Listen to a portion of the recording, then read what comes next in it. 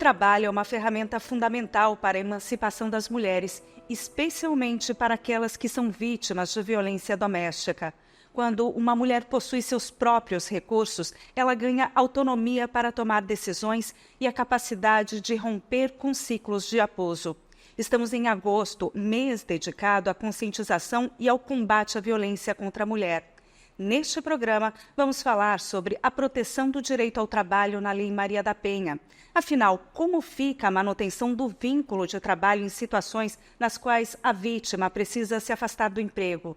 O que diz a legislação? O que aponta a jurisprudência? Eu sou Cíntia Girardi, jornalista do Tribunal de Justiça de Santa Catarina, e este é o Conexão Justiça.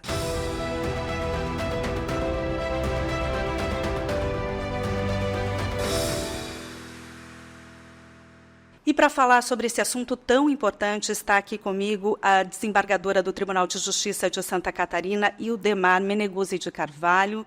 Está também, de forma virtual, a Procuradora Regional do Trabalho do Ministério Público do Trabalho, Adriane Reis Araújo, e também a advogada Marta Moura. Muito obrigada pela presença de vocês aqui no Conexão Justiça. Eu inicio, então, perguntando à desembargadora Ildemar com relação à Lei Maria da Penha. Muita gente ainda desconhece que essa lei ela vai para além do âmbito criminal, da esfera criminal. A Lei Maria da Penha, ela não serve apenas para punir, né? Ela é muito mais conhecida na área criminal, mas ela também garante diversos direitos, entre os quais o direito de trabalho, né, que nós estamos hoje conversando aqui, e ela serve para acolher a vítima, ela serve para prevenir a violência doméstica e familiar, e ela também vem para incentivar a sociedade, toda a sociedade, a trabalhar com a erradicação da violência. Agora, a gente sabe que há situações em que a mulher vítima de violência ela precisa ser afastada do trabalho até mesmo para preservar a sua integridade, a sua segurança física. Nessas situações, procuradora Adriane, o que diz a Lei Maria da Penha e a jurisprudência? A Lei Maria da Penha, como bem falou a desembargadora Ildemar, ela traz vários aspectos. Um deles diz respeito à manutenção do vínculo de emprego quando a mulher tem a necessidade de se afastar do trabalho. Essa previsão legal, ela se estende por um período de 6 meses. Contudo, o legislador ele não deixou claro quem seria responsável pelo pagamento dos salários dessa mulher nesse período de afastamento.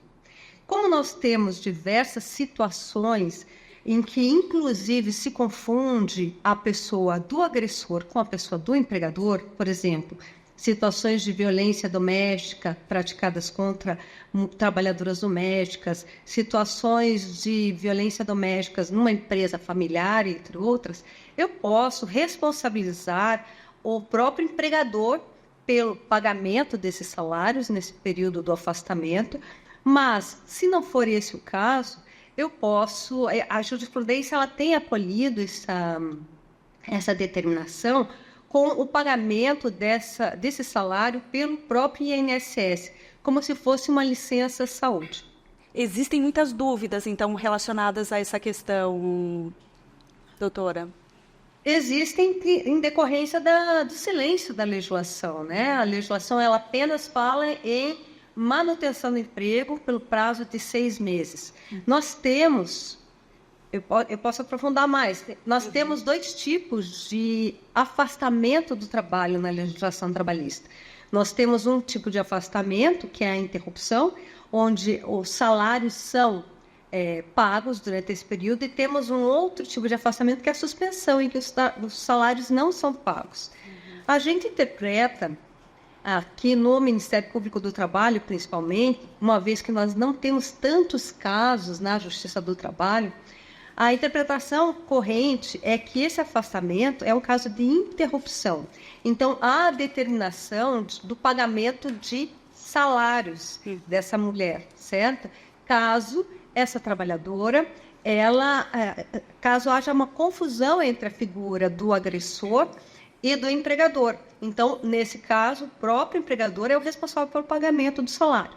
Se ele não for o causador dessa violência doméstica, então a jurisprudência ela se estabelece com uma situação de interrupção, em que esse salário é pago pelo INSS, como se fosse uma licença-saúde. Faz falta na legislação ter a previsão específica de uma licença por conta de violência doméstica e familiar. Fica então também aqui, né, doutora Marta, um apelo, né, para que o legislador olhe para essa questão e especifique isso melhor. Exatamente. A gente esbarra porque quando se trata de uma legislação que fala de trabalho, né, e ao mesmo tempo, por exemplo, a jurisprudência nos traz que faz uma analogia à questão de afastamento por saúde, nós envolvemos 3 instâncias do judiciário: a Justiça do Trabalho, a Justiça da Violência Doméstica e o Tribunal Federal. Por quê? Se o juiz determina que seja pago esse valor pelo INSS, o INSS nos traz, eu como advogada, né, entra com um mandado de segurança, por exemplo, dizendo que ao INSS, por ser autarquia, só pode ser demandado na Justiça Federal. Então, a gente acaba, né, tendo um triângulo aí que muitas vezes impede essa mulher de receber, né, porque a mulher já está em vulnerabilidade. Ela tem que sair normalmente do seu lar por causa da violência, porque mesmo com a protetiva não tem garantia de que dentro de casa ela se mantenha segura. Então, normalmente ela tem que se afastar e ir para uma casa abrigo ou para uma casa da família, né, alguém da família. Ela está sem remuneração. Como ela vai sobreviver, né? Então, na legislação, hoje tem alguns projetos de lei tramitando, né, para complementar essa determinação legal, né, que seria quem vai pagar, de fato, né, esse valor para essa mulher, porque, obviamente, ela está numa situação de muita vulnerabilidade social. Com certeza. Desembargador Ildemar, nós estamos aqui falando da manutenção do vínculo de trabalho, do salário, que é tão importante para a mulher em situação de violência. É peça fundamental para o enfrentamento. A gente ouve muitos relatos de mulheres que dizem que não conseguem sair de relacionamentos abusivos, violentos, porque dependem economicamente do seu esposo, do seu companheiro, da sua companheira. Nós percebemos que muitas são as mulheres que não conseguem romper o ciclo da violência justamente porque dependem financeiramente do agressor, né? E como a Marta falou, se a mulher recebe uma medida protetiva e ela fica em casa e ela não pode trabalhar, ela não vai ter como se sustentar. E muitas hoje ainda são as mulheres que dependem financeiramente do marido, ou do companheiro, né? Se elas não têm um emprego, se elas não são autossuficientes economicamente, como que elas vão sobreviver se elas têm filhos, se elas têm a vida própria delas, né? Então, nós sabemos que a dificuldade que a mulher tem de romper o ciclo, esse é um dos motivos, a situação financeira. E aí, como é que fica, procuradora, depois de 6 meses, a senhora falou ali no início da nossa conversa de que essa questão ela tem ali a duração de 6 meses. Depois de 6 meses, a mulher ela pode ser demitida? Ela pode ser dispensada do trabalho? A lei ela garante 6 meses manutenção desse vínculo com um afastamento, ou seja, ela pode não comparecer ao trabalho e continuar recebendo o seu salário. Só queria esclarecer um aspecto. Por que a gente entende que é essencial que o INSS arque com o pagamento dessa licença? Porque nós sabemos que existem diversas situações de discriminação de gênero no mercado de trabalho. Então, se essa mulher ela puder ser afastada e o empregador que não tem nenhum tipo de relação com a situação de violência, ele for responsabilizado, Claro que isso vai gerar uma repercussão muito negativa no mercado de trabalho da mulher. Por isso que é tão essencial ter a regulamentação com essa previsão da licença pelo período de 6 meses. Nesse caso, a gente vê a legislação assegurando 6 meses, pode ser um prazo insuficiente, não é? Por isso também que deveria ter uma licença específica para que essa mulher, no momento da avaliação, não se levasse em conta, por exemplo, marcas físicas da violência ou marcas psicológicas necessariamente, mas você levasse em conta o risco mesmo, o risco dela retornar àquela rotina de trabalho. Então, os critérios são distintos, por isso que teria que ter uma licença específica em relação a isso. Hoje a gente vê muitas empresas, elas têm adotado medidas para auxiliar no enfrentamento à violência doméstica e familiar. Essas medidas, elas são muitas vezes de conscientização internas, mas também são medidas de apoio complementares às medidas protetivas da Lei Maria da Penha. Por exemplo, a possibilidade de você transferir a mulher de um estabelecimento para outro estabelecimento, saindo assim daquela rotina de trabalho, da rotina que ela ficaria mais vulnerável, ou então dando até mesmo suporte para mudar de cidade, suporte de aluguel, atendimento psicológico. Então, após os 6 meses, é possível a empresa dispensar, se ela não tiver sob nenhum tipo de determinação de proteção? Sim, é possível.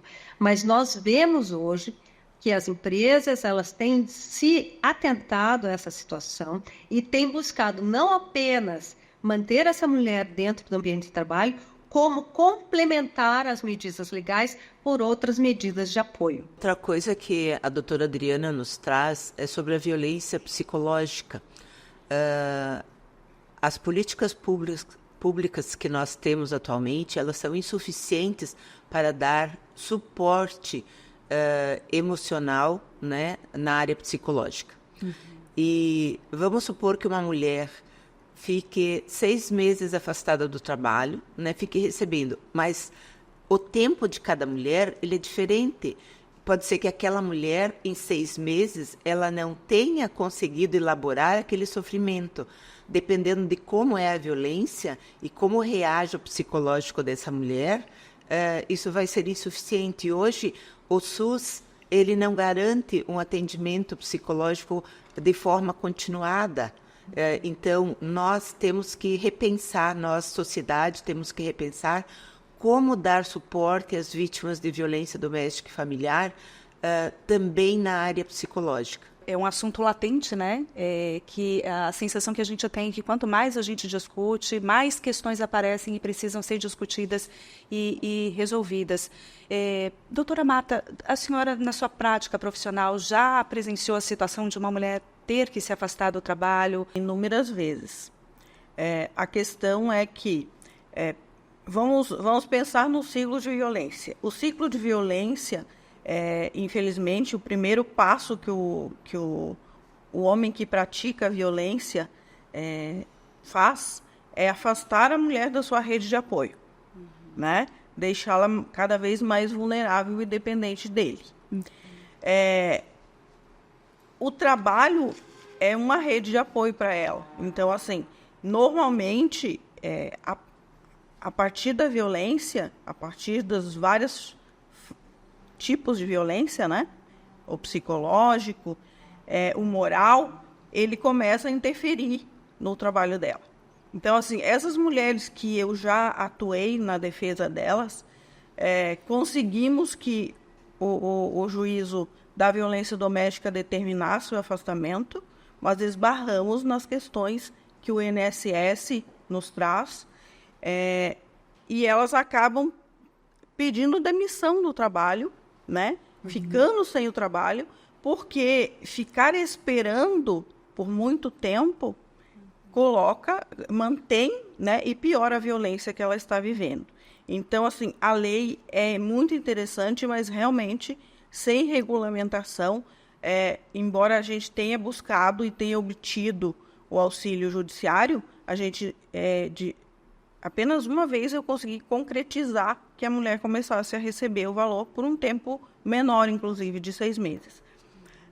Mas nas outras vezes acabou o INSS entrando com uma defesa e a mulher desistiu do vínculo trabalhista para poder dar seguimento à sua vida.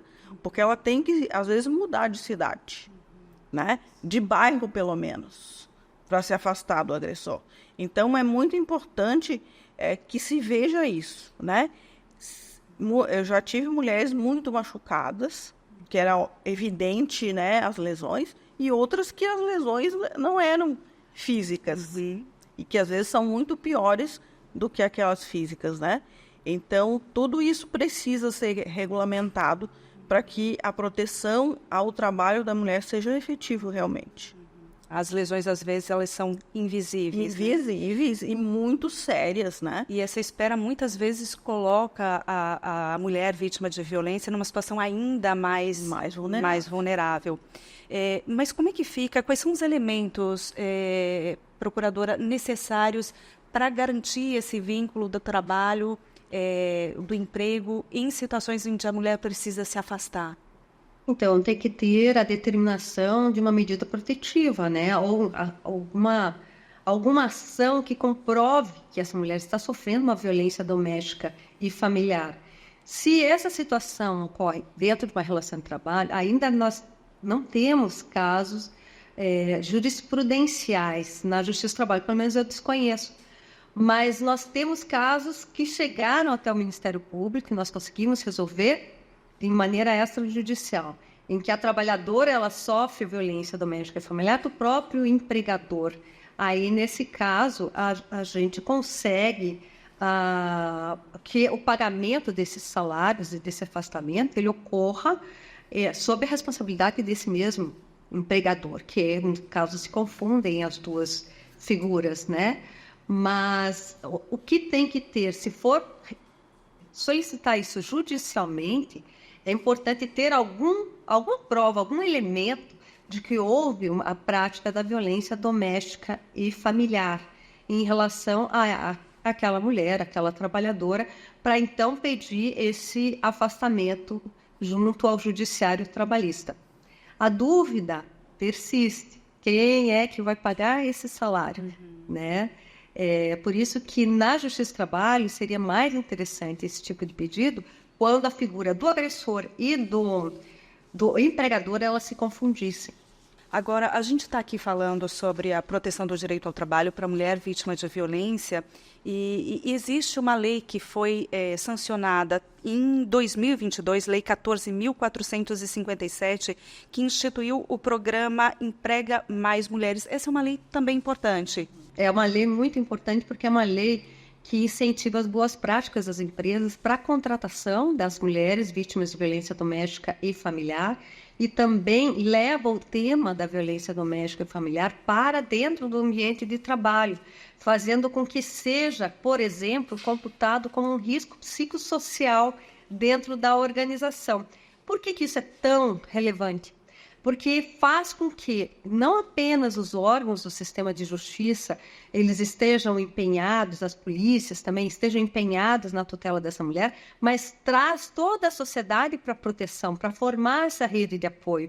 Então, quando eu coloco a violência doméstica familiar como um risco psicossocial no trabalho, eu alerto todo o conjunto de trabalhadores sobre os sinais de violência que essa mulher pode estar sendo vítima, né? Alerta também a necessidade de ter uma orientação como essa mulher deve buscar a rede de apoio, porque mesmo a gente pode pensar que são espaços totalmente desconectados do trabalho e a casa, mas não é assim. Espaço do trabalho, espaço de convivência, onde as pessoas elas são impactadas pelo que acontece na vida do seu colega de trabalho.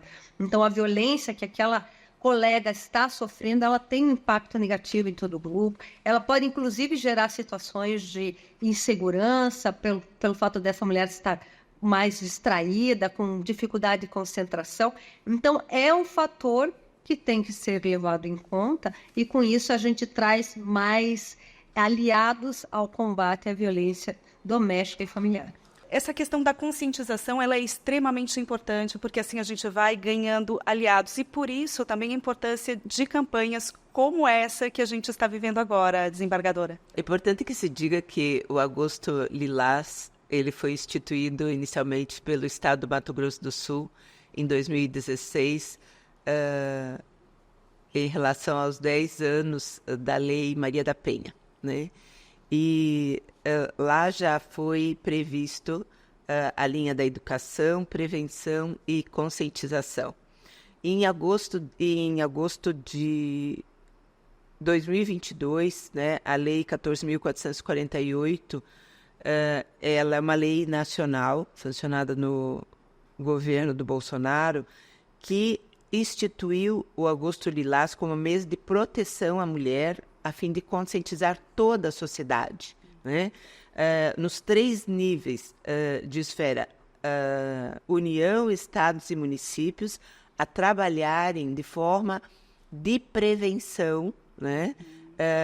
E de forma de conscientização sobre a violência doméstica e familiar, de uma forma muito ampla. Nós temos que trabalhar com a educação, principalmente se nós queremos mudar alguma coisa neste país, né? A violência doméstica e familiar, ela é muito complexa, né? Porque ela vem dentro da história, é uma história que perpassa, ela é transgeracional, né? Então, nós viemos de uma cultura de patriarcado, uma cultura onde nos primórdios do tempo, vamos dizer assim, a mulher ela era, entre aspas, propriedade do seu pai, depois passou a ser propriedade do seu marido, né? E os direitos que foram sendo concedidos no decorrer dos anos às mulheres, eles são muito recentes ainda para mudar essa cultura de poder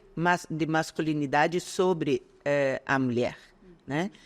Veja que em 77 que temos a lei do divórcio, né? Em 84, falando de trabalho, pela primeira vez a mulher tem o direito de receber cartão de crédito, né, doutora Adriana?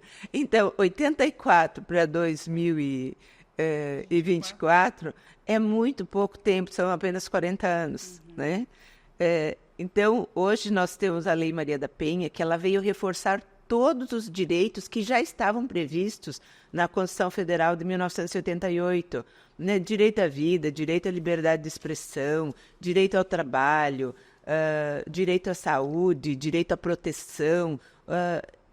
E até hoje isso ainda não está totalmente compreendido na nossa sociedade. O que nós mulheres queremos não é bater de frente com os homens. O que nós mulheres queremos é trabalhar ao lado dos homens com todo o respeito, com toda a dignidade que nos é concedida, inclusive, pela lei. Tá certo. Infelizmente, o nosso tempo chegou ao fim. Eu agradeço muito a participação da desembargadora Ildemar, da procuradora Adriane, também da doutora Marta, que esteve aqui discutindo com a gente um assunto tão sério, que causa ainda tantas dúvidas. Obrigada pela participação de vocês. Eu agradeço muito o convite, foi uma oportunidade única. Eu espero que a gente amplie cada vez mais essa rede de apoio e traga esse suporte financeiro para as mulheres conseguirem sair desse ciclo de violência. Obrigada. Obrigada, doutora Adriane. Eu também agradeço e eu faço em nome do Tribunal de Justiça de Santa Catarina e lhes digo que o Tribunal de Justiça de Santa Catarina ele tem muitos programas voltados à área da violência doméstica e familiar e entre eles a Coordenadoria Estadual da Violência Doméstica e Familiar, a CEVID, ela trabalha com uma central de atendimento especializado, que é a CEAV.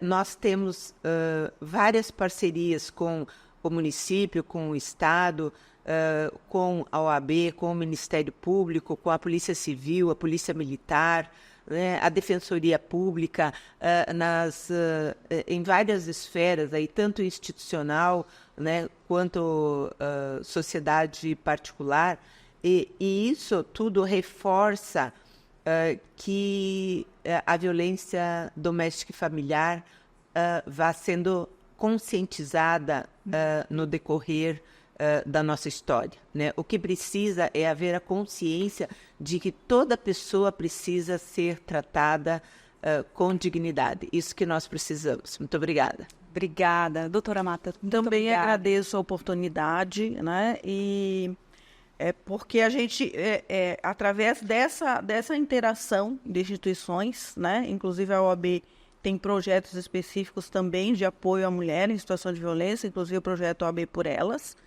E a Comissão de Combate à Violência Doméstica, a qual eu faço parte, nós estamos trabalhando todos os dias para tornar a vida dessas mulheres um pouquinho menos penosa. E que todos nós, enquanto sociedade, entendamos isso. Nós queremos igualdade enquanto seres humanos, apenas isso. Este foi o Conexão Justiça, uma produção do Núcleo de Comunicação Institucional do Tribunal de Justiça de Santa Catarina. Se você gostou desta edição, pode assistir nossas outras entrevistas no canal do TJSC no YouTube. Até a próxima! Justiça Catarinense, nosso trabalho é o seu direito.